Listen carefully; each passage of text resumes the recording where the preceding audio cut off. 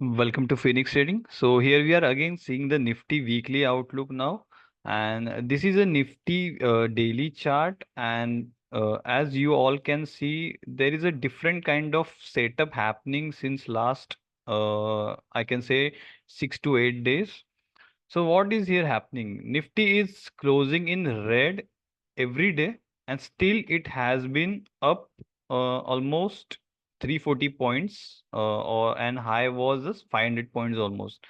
So ये थोड़ा सा डिफरेंट स्ट्रक्चर बनता है, जहाँ पे डिस्ट्रीब्यूशन काइंड ऑफ एक एक्टिविटी मुझे लग रही है यहाँ पे, क्योंकि एवरीडे निफ्टी गैप अप खुला था.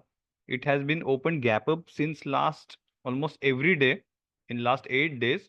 यहाँ पे क्लोज हुआ था, फिर 287 पे खुला गैप अप, फिर 342 पे खुला, फिर सडनली 523,500 पे खुला, उसके बाद 23,600 तक खुला. बट सारे जो गैप अप थे, it ended up in a red closing, that is a negative closing. Selling आ रही है अब यहाँ पे. तो ये थोड़ा सा स्ट्रक्चर जो लग रहा है, तो वो ट्रिकी स्ट्रक्चर है यहाँ पे. मार्केट थोड़ा सा एक अंडर प्रेशर भी आ सकता है. Plus second thing is, Nifty is about its 20 day moving 50 day moving average से 5% ऊपर है. और लास्ट कुछ दिनों में देखा गया है कि जब ये 5-6% ऊपर चला जाता है तो एक करेक्शन यहाँ पे आता है. मैं आपको यहाँ पे दिखा देता हूँ. यहाँ पे जब 500 के ऊपर 50 डे मूविंग एवरेज के ऊपर गया था, फिर से एक पुल बैक आया, यहाँ से एक पुल बैक आया, यहाँ से एक ऊपर चला गया था, फिर से पुल बैक आया, फिर से पुल बैक आया, फिर से एक पुल बैक आया, अप है अब. तो यहाँ से अगेन आई फील कि एक पुल बैक आ सकता है, एंड साइडवेज मूवमेंट थोड़े दिन के लिए हो सकती है, अनदर 15-20 डेज के लिए साइडवेज मूवमेंट हो सकती है. प्लस नेक्स्ट मंथ पे बजट भी आ रहा है. सो ये थोड़ा सा एक आपको अब कॉशंस लेना पड़ेगा. जो एक स्विंग ट्रेडर्स भी थे, इनफैक्ट मेरे भी जो स्विंग ट्रेड्स है उसके भी मैं भी टारगेट और स्टॉप लॉसेस क्वाइट एक टाइट रखने वाला हूँ, कि मुझे नहीं चाहिए कि अगर कुछ एक बड़ा फॉल होता है तो एक बड़े बड़े जो स्टॉप लॉस है वो हिट हो. तो सारे स्टॉप लॉस अब मेरे छोटे होंगे, और टारगेट भी, जैसे मैं पहले 30-40% के स्विंग ट्रेड करता था, I am not doing that now. ये वीक में मेरे सारे जो ट्रेड्स थे वो अराउंड 15%, 12%, 14% के आसपास ही अब मैं ट्राई कर रहा हूँ कि ले लूँ उसे. एंड सेकेंड थिंग इज, जैसे मैंने कहा कि अब डिस्ट्रीब्यूशन काइंड ऑफ थिंग मुझे लग रहा है निफ्टी में. एंड उसका जो सपोर्ट कहाँ पे सपोर्ट होगा, कि जो एक इलेक्शन के रिजल्ट्स के दिन जो मार्केट खुला था 23,100 पे, और यहाँ से मैसिव सेलिंग आई थी, वो जो उसका टॉप था, शायद मार्केट यहाँ पे एक रिट्रेसमेंट दिखाए आने वाले कुछ टाइम पे. तब तक ये थोड़ा सा एक 50 डे मूविंग एवरेज ऊपर की तरफ आने की कोशिश कराए करेगा. यहाँ पे शायद मार्केट कंसोलिडेट हो, और फिर यहाँ से एक नया हाई हमें देखने को मिल सकता है. ये एक फर्स्ट पॉसिबिलिटी है. सेकंड पॉसिबिलिटी, अब सारे इवेंट जैसे खत्म हो चुके हैं, एक हम बोल रहे थे कि एक बड़ा करेक्शन मार्केट में कब आएगा. Nifty is in run since last मार्च 23 से लेके मार्च 24, एक साल में एक खाली एक माइनर पुल बैक आया था लास्ट दिवाली के आसपास. उसके बाद कोई पुल बैक आया ही नहीं है मार्केट में. Market is up in up trend since one way, last एक साल से 1.5 साल से. तो जो मेजर एक एक्सपेक्टेशंस है लोगों की, एक मेजर करेक्शन आने की, वो पॉसिबिलिटी होगी अगर ये 50 डे मूविंग एवरेज ब्रेक करके मार्केट नीचे क्लोजिंग करना चालू करेगा. राइट. सो ये दो पॉसिबिलिटी है कि मार्केट एक करेक्शन देके यहाँ से अब थोड़ा सा कंसोलिडेट करके फिर ऊपर चला जाए, या फिर इसको कंसोलिडेट करके ब्रेक डाउन हो जाए, अगेन थोड़ा कंसोलिडेट करेगा और फिर से नीचे चला जाएगा. और अगर ये जो लोज है, ये जो लोज सारे टूट गए, अगर मान लो 21,600 अगर मार्केट ने तोड़ भी दिया आने वाले कुछ टाइम में, तो फिर बड़ा करेक्शन मार्केट को 20,000 के रेंज में लेके जा सकता है. ये जो गैप यहाँ पे थी, मैं ये गैप की बात कर रहा हूँ, शायद वो गैप फिल हो जाए आने वाले कुछ टाइम में.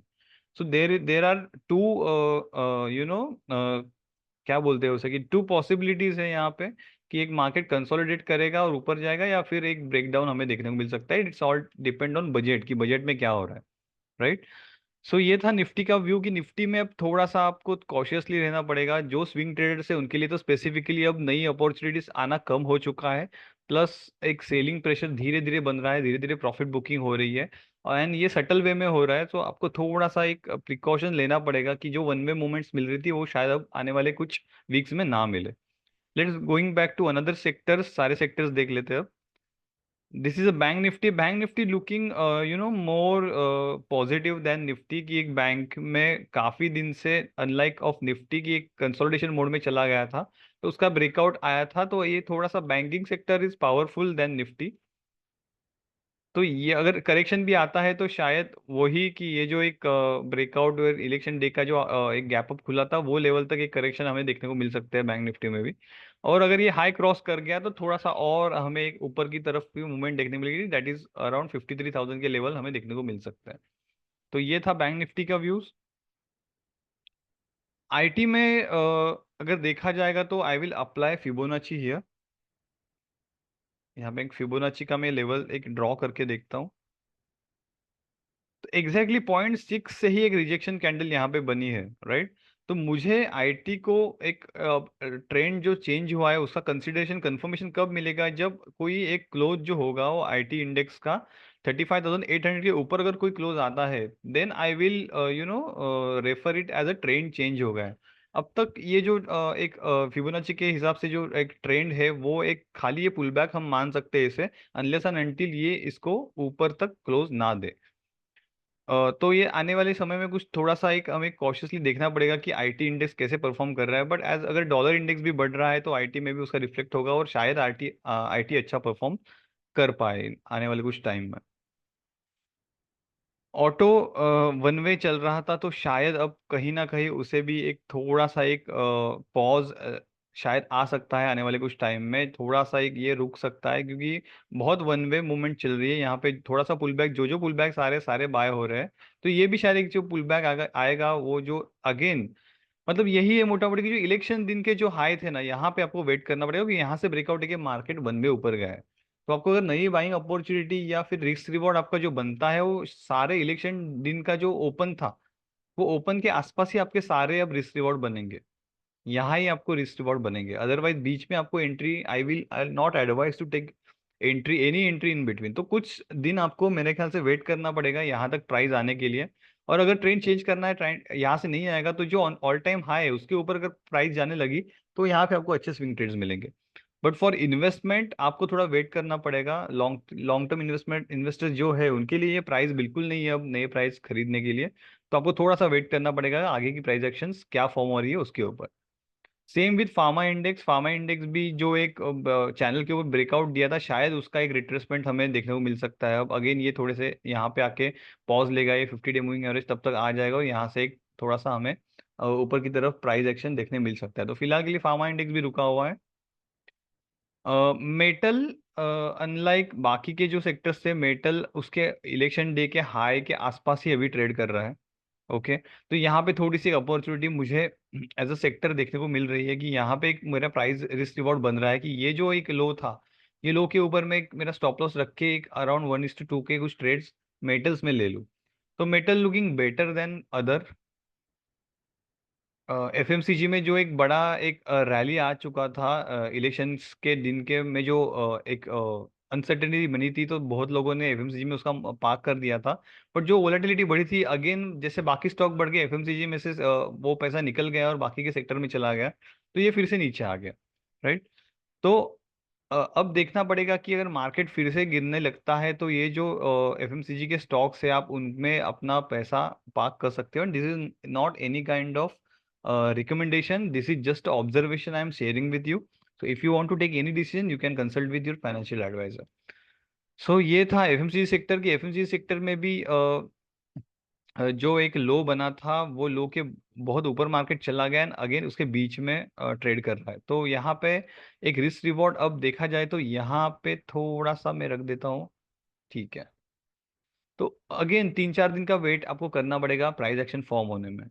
तो एफएमसीजी मेरे ख्याल से अच्छा सेक्टर है, क्योंकि अगर यहाँ से मैं ट्रेंड लाइन ड्रॉ करता हूँ तो यहाँ से जो ब्रेकआउट आया था उसका रीटेस्टिंग नहीं हुआ था, वो रीटेस्टिंग अभी शायद हो सकता है एंड यहाँ पे एक डिमांड जोन भी है।